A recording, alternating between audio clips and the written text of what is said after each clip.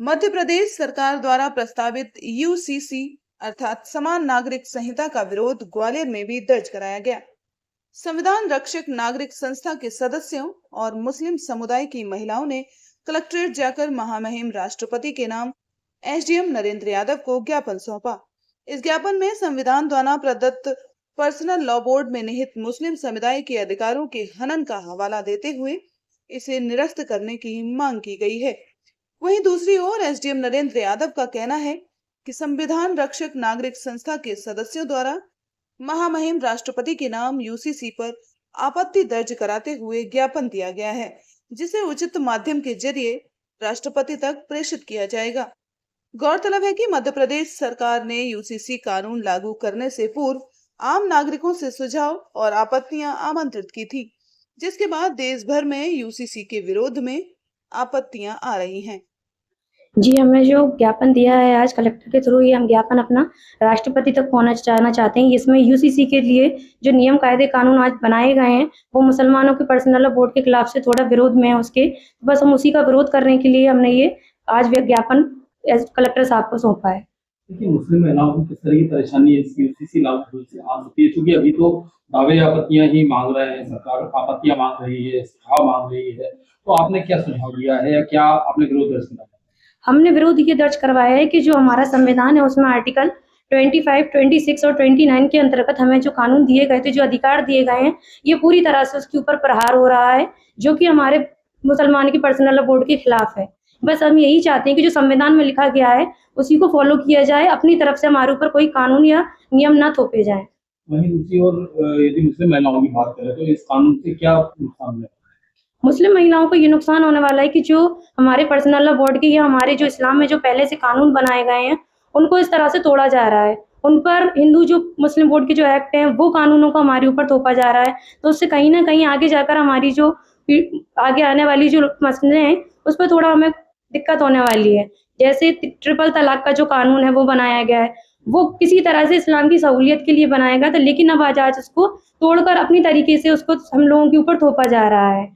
बहुत एक कानून ये भी है कि बच्चों को अपनी प्रॉपर्टी में हिस्सा देना है, तो पहले हमारा ये है कि हमारे इस्लाम में अपनी बेटियों को 1/3 हिस्सा देने का प्रावधान था, जो कि यहाँ पर अब बोला जा रहा है कि 50-50 कीजिए।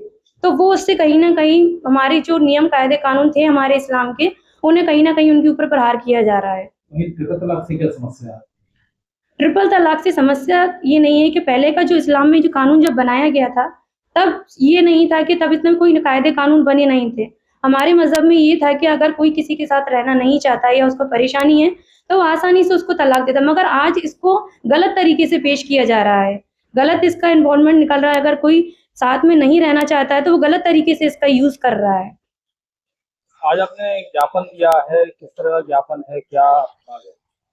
मध्य प्रदेश सरकार ने एक विधेयक पास किया है जिसको यूसीसी यूनिफॉर्म सिविल कोड का नाम दिया गया है 2026। उसमें सीधा सीधा बहुत सारे संविधान के अनुच्छेद का उल्लंघन हुआ है, जैसे अनुच्छेद 14, 25, 26 और 29। तो हमने महामहिम राष्ट्रपति के नाम इस ज्ञापन को इसलिए दिया है कि ये सब जो चीजें उसमें उल्लंघन हुई हैं, संविधान की रक्षा के लिए हम लोग यहाँ इकट्ठा हुए थे और राष्ट्रपति महोदय के नाम ज्ञापन देके इन संविधान की जो स्वतंत्रता दी गई है हमारे संविधान निर्माताओं ने, उसको हम आगे बढ़ा सकते हैं। सरकार ने सुझाव भी मांगे थे और आपत्तियां भी मांगी, तो आपने किस तरह की आपत्ति दर्ज कराई? क्या हमने जो सरकार ने जो चीजें मांगी गई थी उसमें हमने आपत्तियां भी दर्ज कराई, लेकिन सरकार से विधानसभा में भी कई लोगों ने इस चीज को उठाया। सरकार ने अभी तक इसका कोई ब्यौरा नहीं दिया है कि कितनी आपत्तियां आई थी और कितने समर्थन आए थे, उसकी डिटेल नहीं दी है, एक परसेंटेज दे दिया है। अब परसेंटेज में अगर हम देखा जाए तो आज हमारे साथ बहुत सारे जेएनजीज जो बच्चे आजकल जा रहे हैं, हमारे साथ पूरे युवा गए थे जिसमें सबसे ज्यादा बच्चियां थी।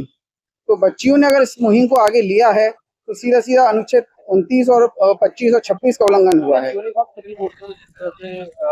सभी लोग एक हो जाएंगे, उसको भी समान नागरिक संहिता, तो सर उसमें फिर 21% लोगों को आपात की श्रेणी में डाल दिया है, उनको क्यों छोड़ दिया है? या तो उसमें भी हमें उसमें इंक्लूड कर लिया जाए।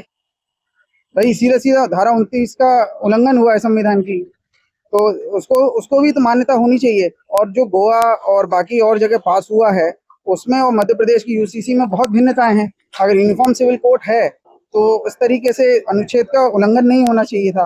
तो ये सीधा सीधा एक धार्मिक धारा 29 का जो उल्लंघन हुआ है, जिसमें हमें 25 और 26 में सीधा सीधा हमें अपने धर्म के हिसाब से जीने की आजादी मिली हुई है, वो हमें मिलना चाहिए। आपको और आज आपने राष्ट्रपति के नाम ज्ञापन दिया है, क्या कारण है, क्या मांग है? मेरा नाम मुसरत पठान है। जो यूसीसी विधेयक आया गया है उसमें हमने जो संविधान की अनुच्छेद 25 और 29 है उसको लेकर उसका उल्लंघन है, तो हम इसको चाहते हैं ये लागू नहीं किया जाए।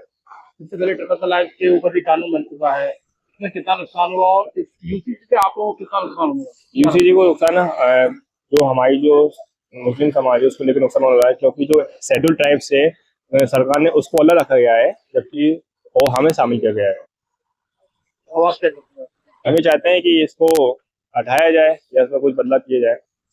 तो ज्ञापन दिया है यूसीसी को लेकर, क्या ज्ञापन? हाँ, एक संविधान रक्षक समिति है, उन लोगों ने ज्ञापन दिया है आज राष्ट्रपति महामहिम के नाम से, और उन्होंने जो यूसीसी का विधेयक मध्य प्रदेश सरकार ला रही है उसके संबंध में अपनी ज्ञापन हमें सौंपा है।